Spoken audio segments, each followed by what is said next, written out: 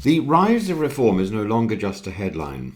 It's a statistic and a political reality with 677 councillors, a foothold in Scotland, an unmistakable buzz at the grassroots. It can afford to lose a few councillors here and there. It can afford actually to miss the win in Hamilton, because that statistical rise itself is significant. Reform UK may now be taken seriously as a potential third force in British politics, particularly with the return of Zia Yusuf after his dramatic resignation and the visibility of Nigel Farage, the most effective communicator in politics today. That suggests that reform is transforming from protest into proposition, but what sort of proposition? In the 2025 local elections, Reform UK won over 41% of the seats up for grabs, outperforming their 31% vote share, a classic belief of vote concentration under the first past the post. And they took control of 10 councils, a feat even UKIP failed to achieve in its heyday. They averaged over 40% in heavily working class pro-Brexit areas such as Staffordshire and Romney Marsh. Even in Labour and Conservative battlegrounds, Reform made inroads, drawing 32% of the vote in both. Now, Reform is not just cannibalising the Tories, it's carving out territory Labour once called home. This is a warning shot. Reform isn't merely thriving in left-behind Britain, it's thriving in disillusioned Britain. Nigel Farage is quite simply a media colossus. His mastery of the soundbite eclipses any current Westminster leader. Sir Ed Davies' presence, hamstrung by his Horizon Post Office legacy and his pantomime stunts, is little more than tragicomic relief. And as long as Sir Ed Davey remains at the helm of the Lib Dems cannot eclipse Reform. Reform's rise comes not just from strength, but from the relative absurdity of its rivals. Added to this, Zia Yusuf's theatrical resignation and rapid return means he now leads a cost-cutting Doge unit modelled on Elon Musk's department in the US. It's eccentric, it's even ridiculous, but it's compelling, it's a story, it keeps Reform in the headlines. In a system that rewards visibility over political coherence, Reform are winning the attention war, and in our politics, attention is power. The threat is real. However, I still don't completely withdraw my conclusion that Reform is on a heading to disaster because it cannot restrain its own bubble. Its bubble will burst. We saw an apparent burst the other day, and somehow the Reform elite have talked Zia Yusuf into returning to patch up that hole.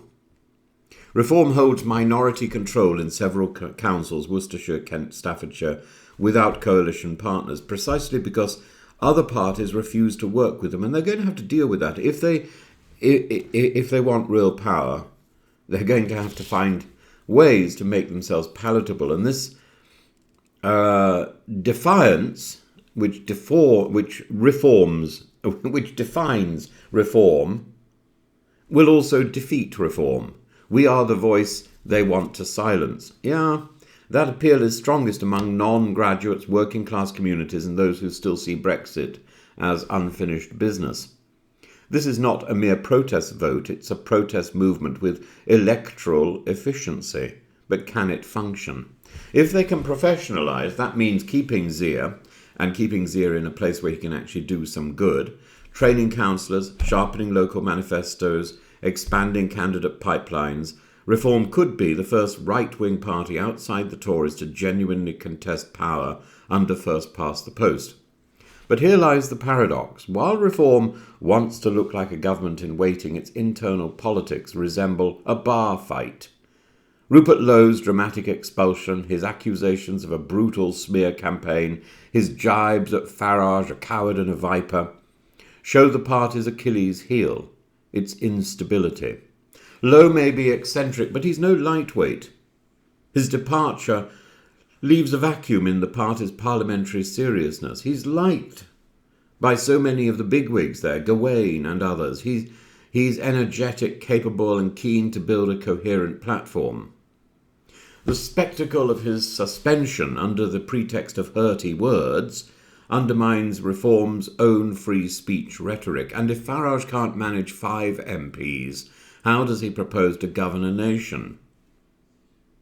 As things stand, Reform has momentum, but it's a party perilously radiant and reliant on a single man and an unstable mood. If it remains a personality cult, it will implode. If it becomes a machine, disciplined, policy-rich, locally grounded, could, in time, take power. The personality cult of Mrs. Thatcher, the personality cult of Tony Blair, these are the 2 big personality cults over my lifetime. These were both predicated on parties that already existed with a firm and solid base. Until Reform can establish that solid base, and it's certainly not there at the moment, it will implode. It may have momentum, but it's a party perilously reliant on a single man and an unstable mood. If it becomes a machine, disciplined, policy-rich, locally grounded, it could in time take power. I'm going to repeat that. It could in time take power, but only if. And if is quite a big word. For 2 letters, if does a great deal. The real danger is not that Reform might govern Britain. The danger is that it might shape the terms on which Britain is governed, dragging both major parties into reaction, imitation, and moral panic. And that is already happening. Reform is already changing the nature of our politics. Just as Nigel Farage dictated Brexit, so he's dictating the period post-Brexit, whether he's in power or whether he's not.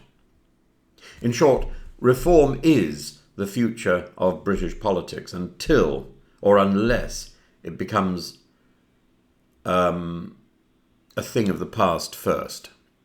I certainly believe that it will puncture its own pomposity, and I certainly believe that it will become a rubber band on the floor of past mistakes. But the question is when that happens, and it may well be if Farage and his mates can find a way to professionalise, then that may not happen.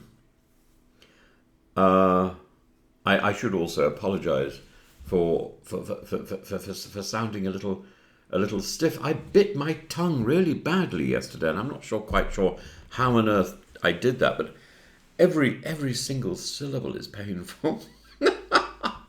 And I face I think 7 hours of teaching today, which fills me with a mild amount of horror.